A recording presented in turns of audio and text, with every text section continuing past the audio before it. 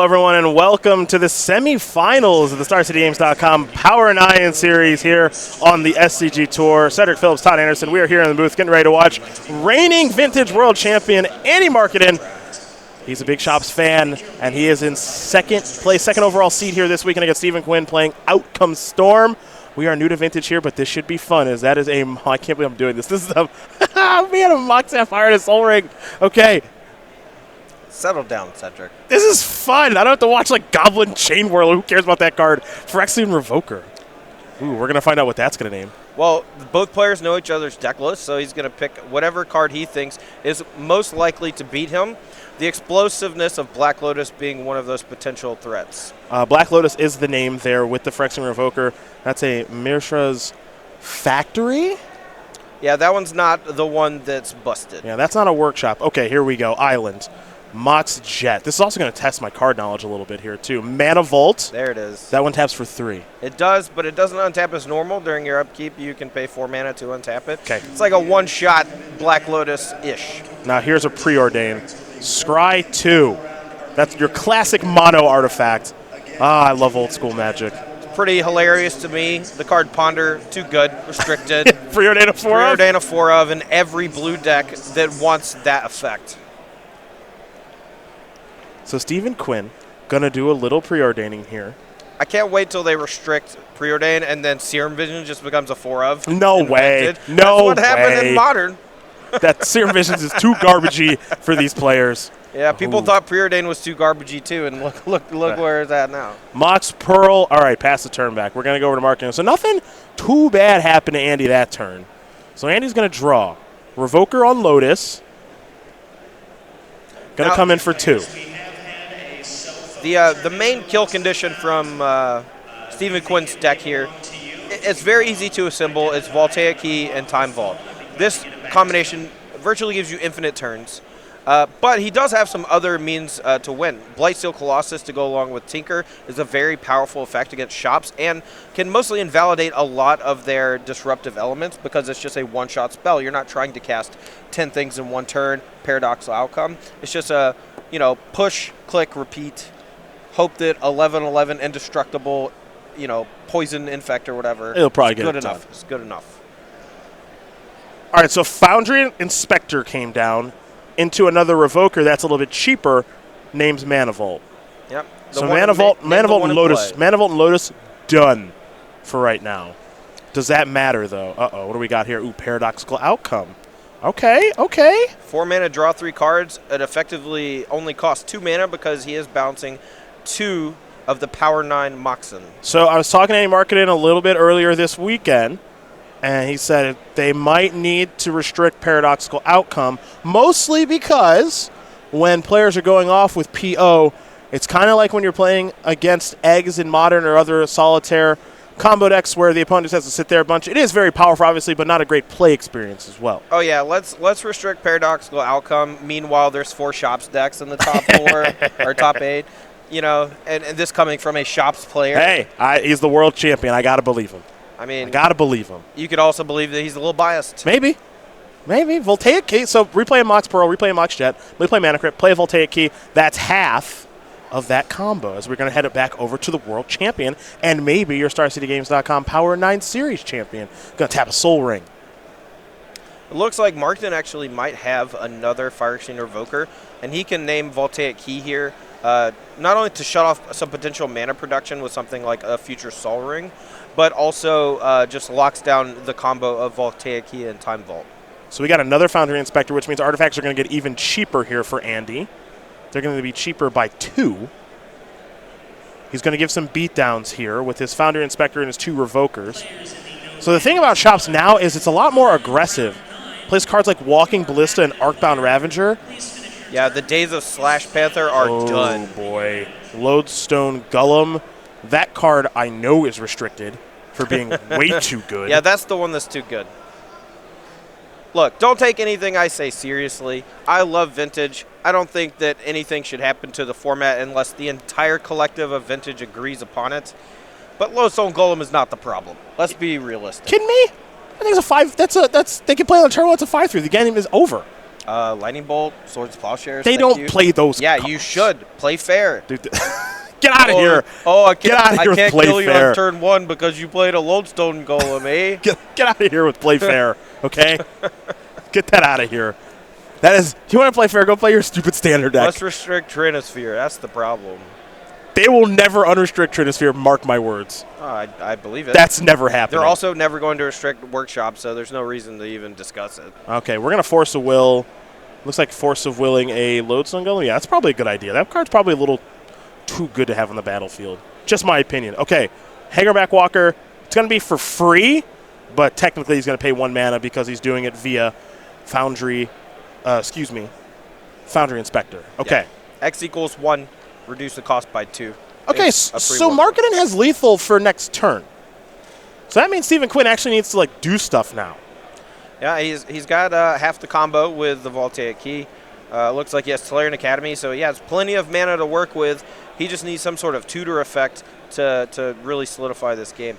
He had to exile a Paradoxical Outcome, it looks like, with the Force of Will. Yeah. And that card could have potentially drawn him into his combo, but at the cost of... wow, that might be it. That's a Yawgmoth's Will. But at the cost of a Paradoxical Outcome. All right, Yawgmoth's Will gets exiled. Okay, now we're going to play an Academy. That's going to tap for, what, 4? Yep, 4 right now, and that looks like he's going to just tap Academy, play Paradoxical Outcome, draw 4 cards. But then he only currently has access to 3 mana with Tundra and the 2 Moxen. Well, he's going to start with a Preordain. Yeah, because if he hits the Time Vault right here off this Preordain, he has enough mana to just take an extra turn right now, and that would lock the game up. Okay. All right, Vintage Superstar. It's a good thing I made you play this stuff on the Versus series. Dude, I learned so fast. All right, Academy is going to tap for 4 blue, which is going to be enough to cast Paradoxical Outcome. All right, so going to cast that from the graveyard via the Yawgmoth's Will. For you Modern Storm fans out there, that's the much better Past in Flames. Like a million times better. All right, 3, 4 for Stephen Quinn. I don't think it's going to be enough. He needs to draw. Let's see. You need how much mana to combo off? You need 2 mana to cast the Time Vault, 1 mana to cast the key, and 1 mana to activate. So he needs 4. He only has access to 2 Moxen right now. Well, who says he needs to go off this turn? I mean, there's a lethal power on the battlefield. I'm assuming he needs to go off this turn. What if he finds a Time Walk, man? That's true, but he also needs access to blue mana. That's true. So he needs to find exactly Mox Pearl or Mox Sapphire. Okay. He has already played land, played Academy. Yes. There's 3 Mox Opals in here. That's blue mana. That's true, too. This deck is fairly degenerate, using Mox Opal sometimes just as effectively a Lotus Petal because the second one, is legendary. But putting it to good use when you draw it naturally. It's a good thing Stephen Force will that Lodestone Golem. That would have been bad news. What is So he had that? 1 mana floating. That's a Demonic Tutor. I believe it's an alternate printing of that. So he had the 1 mana floating off the Tolarian Academy, I believe, because he's only tapping 1 for it. Maybe it's Vampiric Tutor. We'll get confirmation on what that card is real quick. I don't want to tell anybody any wrong information at home. Well, it exiled itself, so now I have no clue. Well, it exiled because Will got cast. Oh, sure. Yeah.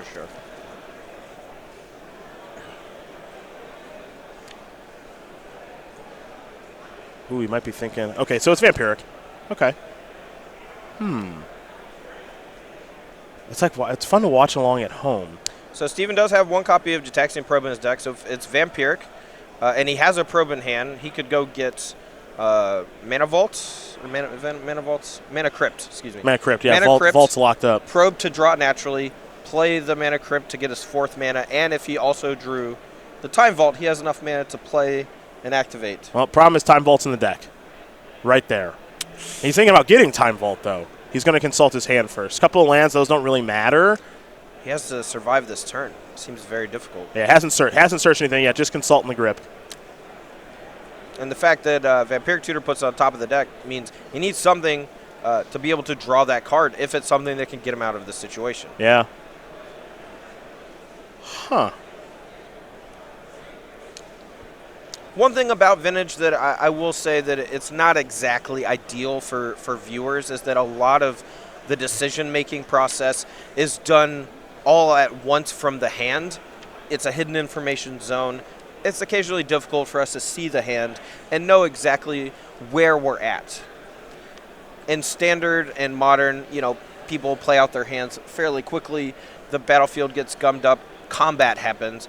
In this format, combat is very regularly one-sided. One deck's trying to attack, the other one's trying to find a combo. Now, you see it with Andy Markiton inside of the battlefield. All those creatures that are trying to kill Stephen Quinn. Obviously, those creatures have text that matters, making artifacts cheaper. And, of course, Revoker shutting a couple things off. In this instance, Mana Vault and Black Lotus, which, look, I don't know. Those seem like good names to me. Yeah, sure. Come on. He's the world champ. I'm just going to trust everything he does. If you're naming Black Lotus, you can't be too wrong. Okay, there's the probe. There's the probe. He only has one. It is restricted, I believe. All right, so now either draw. that or he's only playing one probe, and I. So now we get to see what he vamped for. Okay, Sensei's top in hand. Okay, so it looks like he got a Mox Opal. Nice. So now he has access to blue, so if he drew Hurkyl's Recall, he could actually buy himself one more turn against all of those creatures from Andy Markiton. Looks like he has a Repeal in hand. Repeal is somewhat of a free roll targeting the Mox Opal because it spin a blue, bounce it, draw a card. Yeah, does he want to repeal his Mox? It looks like he does want to repeal his Mox. Okay. So that gets him a card deeper into his deck. Picked up a Preordain. I wonder how much that helps. He's a little short of being able to play top, activate, and Hurkyl's Recall. Unless, of course, he has a second Mox Opal hiding out in there. He's going to use the red Mox to play top. All right, now here's Mox Opal again. He can just take a natural draw off the top two if he thinks that his only way out is the Hurkyl's Recall. Or Peeling Time Walk. Or Peeling Time Walk. And if he doesn't have another mana-producing card in hand, I think that just drawing a card blind is the correct play because he has two cards off the top that can just get him out of this immediately. So he's going to spin top. Ooh, there's a Time Vault there, but I don't think he has enough mana to do all that. Late. There's a Mox Emerald in there. Legacy Duel for Duels players. That is time in the round. Active player finish. I think he's in some trouble now. The mana's really starting to constrict him on what he can do here. Yeah, I mean, he's only spent and used like 14 mana this turn. It's really adding up. He only cast Paradoxical Outcome, Yawgmoth's Will, Paradoxical Outcome, or whatever. Yeah, he can't get out of it. All right, so Andy Markiton, the reigning world champion, shops the deck that he loves, is going to win him game number one over Stephen Quinn playing Outcome Storm. So this is going to be a real hoot here because we're going to take a commercial and go over the sideboards.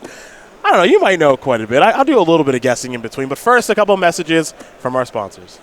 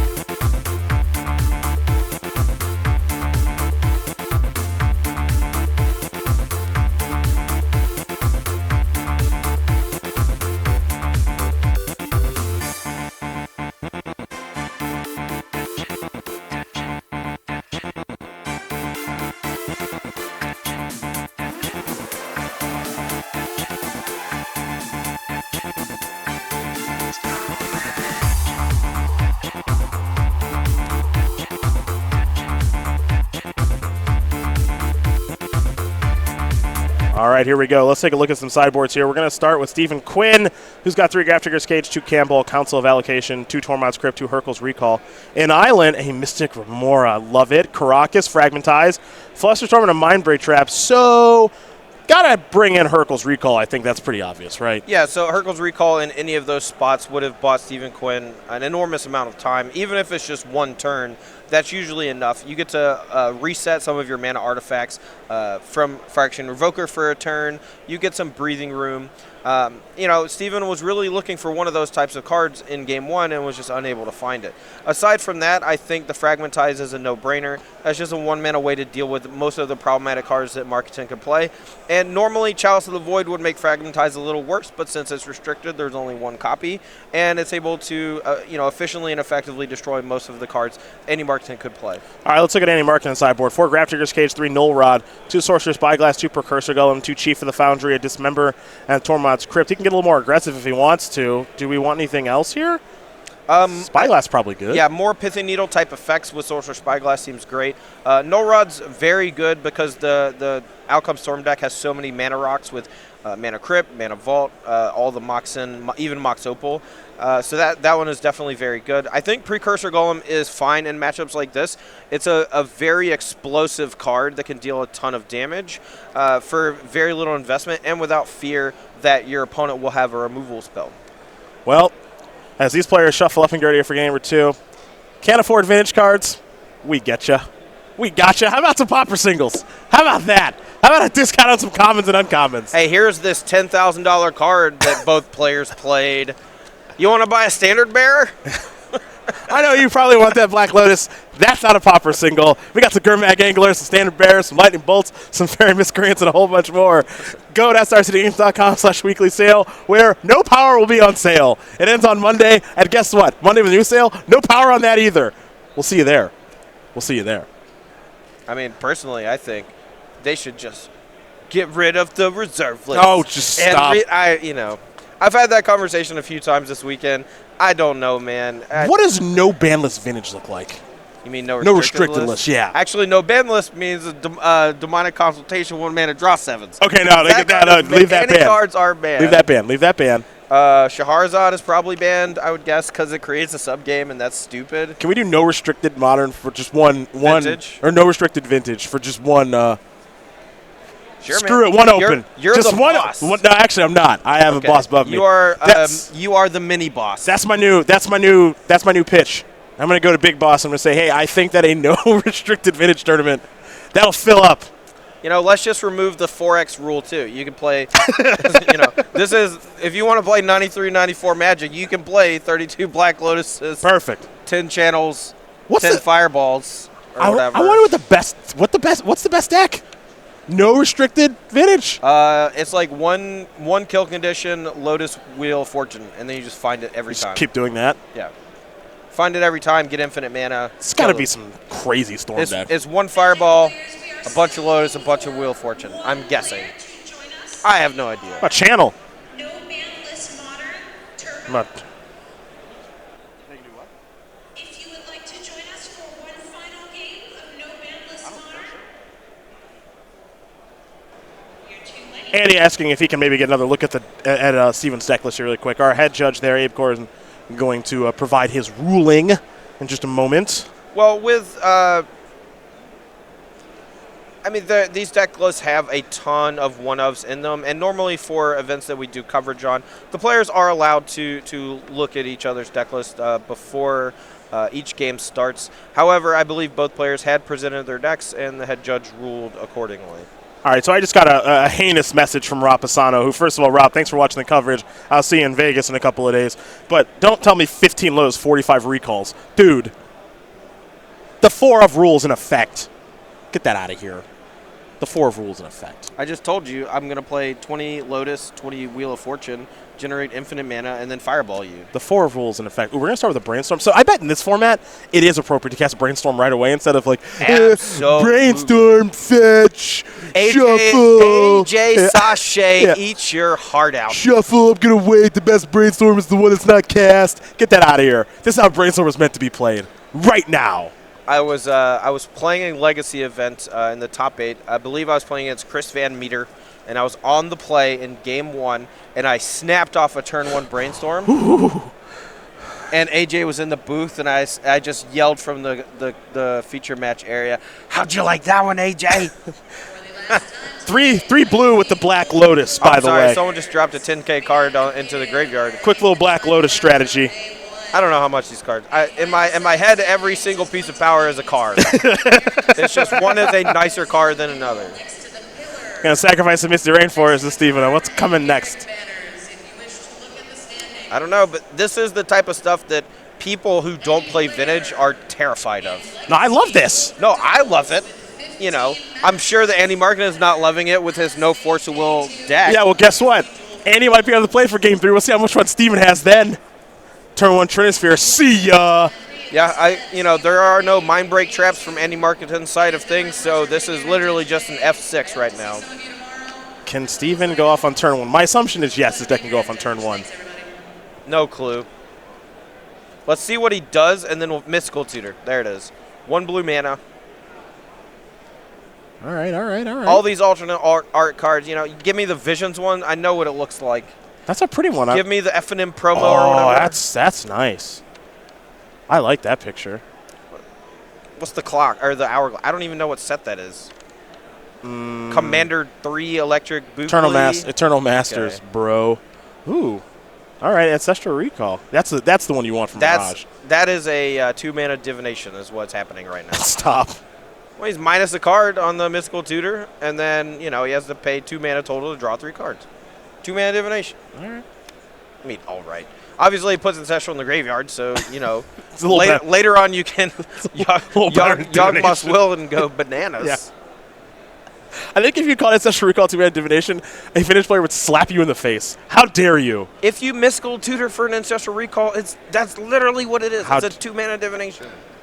That's pretty good. Yeah, it's okay. It's okay. Ooh, Academy in there too. And he burned a Black Lotus, so really you're only drawing 1 card. It's it's not even that good. All right, 3 cards coming. He's trying to do some busted stuff. Now he has no more mana. He might just be setting up a nice little graveyard here. Found a library, a couple other lands. Just going to pass the turn back. Make him pay, Andy. Looks to be a little flooded. We'll see. Library of Alexandria, obviously a very powerful card, but you do need 7 cards in hand to activate it. Ancient Tomb, Sphere of Resistance. There we go. GG. There we go. The end. Make them pay. That's a paradoxical outcome. Not that good of one. Not right now. This game is might end up going pretty long. Null Rod from Andy Markiton's side looks like it could be the dagger, though. But, again, Stephen Quinn does have access to up to 3 Hercules recalls after sideboard. That's a pretty big deal. Sphere of Resistance from Exodus. All spells cost an additional 1 to play. Shops doesn't mind that. Additional mana for them with a Workshop and all their the 2 mana lands. They don't care. Yep, Thorn of Amethyst, a very similar card that usually sees more play than Sphere of Resistance in formats like Legacy. Decks that are heavy on creatures occasionally will sideboard Thorn of Amethyst to punish spell-based decks like Ad Nauseam Storm combo. Ooh, there's a Null Rod. All right, so we're getting the shop set up. Pun very much intended. So we're going to head back to Stephen Quinn. So the Mox here costing 1 paid for via Ancient Tomb with 1 floating. And then the Mox plus Wasteland, casting the Null Rod for 3 mana. True or false? Null Rod, best flavor text in Magic history. Oh, absolutely. True? It's the most subtle dig of all time. Nice. I love it. That Preordain costs 2 mana there for Stephen Quinn. Now, it looks like Steven being a little bit flooded here is going to be pretty good. He's not as reliant on his mana rocks to do the heavy lifting. And with Null Rod on the battlefield, hitting those land drops should be important. Our backup match is going to Game 3. Hopefully you got some time to jump over there. Jeskai control-ish with Planeswalkers against Shops. Could have a Shops mirror in the finals, in which case I will be insufferable. Yeah, let's restrict paradoxical outcome. Look, it's I think he's right. You should be mad that I'm right. This is a Chief of the Foundry. All right, so we found our clock. Pass the turn back. It's a clock-ish. Well, you got to get the party started somehow. Yeah. Go back over to Stephen Quinn. You know what I do when my cards don't do anything? What's that? I turn them upside down so I don't make a mistake such as trying to tap it for mana. Andy Markiton is so well versed in this deck, he doesn't even have to do that. No, no. Both these guys are great Vintage players. They know their Moxes don't do anything right now. There's not going to be any accidental tappings here. That Null Rod, it does nothing, as they say. It doesn't do anything. No, said Gerard. It does nothing. All right. Time walk. I hate the Explore time walks. Gotta do what you gotta do. Play land. All right. Hopefully we do something else cool before that. Yep, Andy just making sure that Steven, he fetched. He's on the play. He's playing his 4th land. Yep. Copacetic. We are all good. No land drops missed. Always good to check, though. And now Stephen Quinn's going to untap, and he'll draw a card. I'm curious if that puts him at 6 or 7. I want to know if this Library of Alexandria is turned on yet. No, he's only got 5. Oh, even better. Yeah, he's far away. I believe he has Tolarian Academy, but he's trying to protect it from the Wasteland from Andy's side. He wants to get a few more artifacts in play, have one big turn with Tolarian Academy before it hits the bin. Ooh, Lodestone Golem has been found. Yeah, he's still 1 short, though, because that Sphere of Resistance is not a Thorn of Amethyst. Yeah? We're going to fire up the factory? Love it. Looks like we're going beatdowns. Yeah, let's get in there. Got nothing else to do, might as well. All right, this is going to be an attack here for 6, I believe. Mm-hmm. All right. Nothing better to do, just sitting behind a Null Rod. It's going to be an attack for 5, pardon me. Sitting behind a Null Rod and a Sphere, hoping it's good enough. It's looking pretty good right now. All Stephen Quinn can do is draw and pass. Yeah, and I just want to point out Andy Markiton has yet to draw the marquee card in the deck. That's correct. Mishra's Workshop, and he's doing work. He's doing just fine. Stephen Quinn's doing a lot of fancy stuff. Paradox Outcome, draw 4 or 5 cards. Tolarian Academy, create 4 or 5 mana.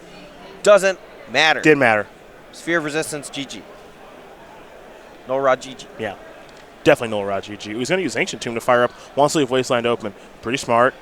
Like He that. didn't do that last turn. He was perhaps cognizant that his life total was getting a little low. Oh, he kind of switched it up, though, because like Stephen Quinn has 6 cards in hand right now. Yep. So said, now that you have 6, I'll use Wasteland, blow it up, so now you can't draw a card. Correct. It's pretty smart. Heads up play. Previous turn, he opted to tap the Wasteland. But once Stephen was about to draw up to 7, he wants to go ahead and take care of that library. All right, what do we got? Got to pay 1 for the Mox Opal. Doesn't do anything because of Null Rod. That's not right. It does nothing. There you go. Because Null Rod, sorry. Nice. Thank you for the reminder. Director. Funny guy down there. I don't know what you want from me, man. You paying me to be here. No, another Wasteland. Brutal. He's going to use this one now. It's a lot of damage. If Steven has a Hercule's Recall, I think this would be a prime spot to EOT cast it. You go to 1 off your fetch lands. I don't think he has much of anything. Looks like a Force Will, Paradox Outcome. He has a Tolarian Academy that currently can tap for 2 mana. The problem is now he needs to cast Hercule's Recall during Andy Markiton's attack step because he's at such a low life total, which will allow Andy to it bounces all his artifacts, but he can still recast those artifacts before before the end of the turn. All right, what do we got? Fragmentize. Okay. Breaking out, maybe. We're doing it. Got to get that Null Rod out of here, though, too. Yeah, currently the Tolarian Academy taps for 2. Yeah, 2's not very much. And the 2 fetch lands gives him a total of 4 mana right now. But there's no more Sphere, so he has a chance to do something. It's kind of interesting. I think you probably got to kill the Sphere effect first, right, before you kill the Null Rod, just to make things cheaper. Yeah, I mean, they're effectively the same thing on this battlefield.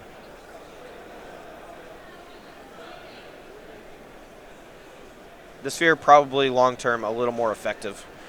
Just because Null Rod's currently only shutting down 2 cards. It could potentially shut down future cards, but for every spell that Stephen Quinn plays, the Sphere resistance hurts him. Yeah, he's going to sack that one, too.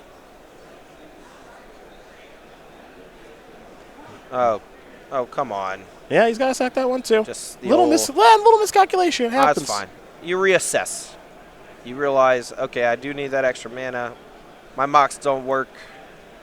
Mox Double currently actually turned off anyway, so. Yeah, that's true actually. So 2 mana with the Academy and the 2 lands means that he does have enough. He does have enough mana to cast Paradoxical Outcome. Only gonna draw 2 cards though. Only drawing 2 cards, and his Moxen are shut off. So even if you recast them, it costs him. Balance. Goulet. Oh no. Okay. But What? Oh no, the still factory. has the Mistress Factory. How does he get out of that?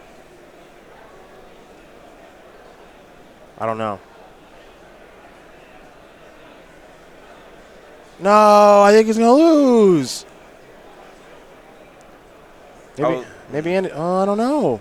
I don't think Andy's gonna miss it. Miss what? He's been He's attacking he's Mistress attacking the whole game. Factory Yeah. every turn It's true. since turn 4. That's true. Smush. Smush him, Andy. He's got. Yeah, he doesn't have anything. He's got Mind Break Trap. Uh-oh, Andy's got a question. Wait, does he have Mind Break Trap? I didn't think I saw it in his sideboard. Are you I'm talking pretty about Stephen Quinn? Yeah, he's got it in his hand. Pretty sure. Am I wrong? Yeah, he's got one in his sideboard. Right there. Why? I don't know. Shops does busted stuff on turn 1. They do they can play like 4 spells on They turn 1. can. Maybe you counter the last one.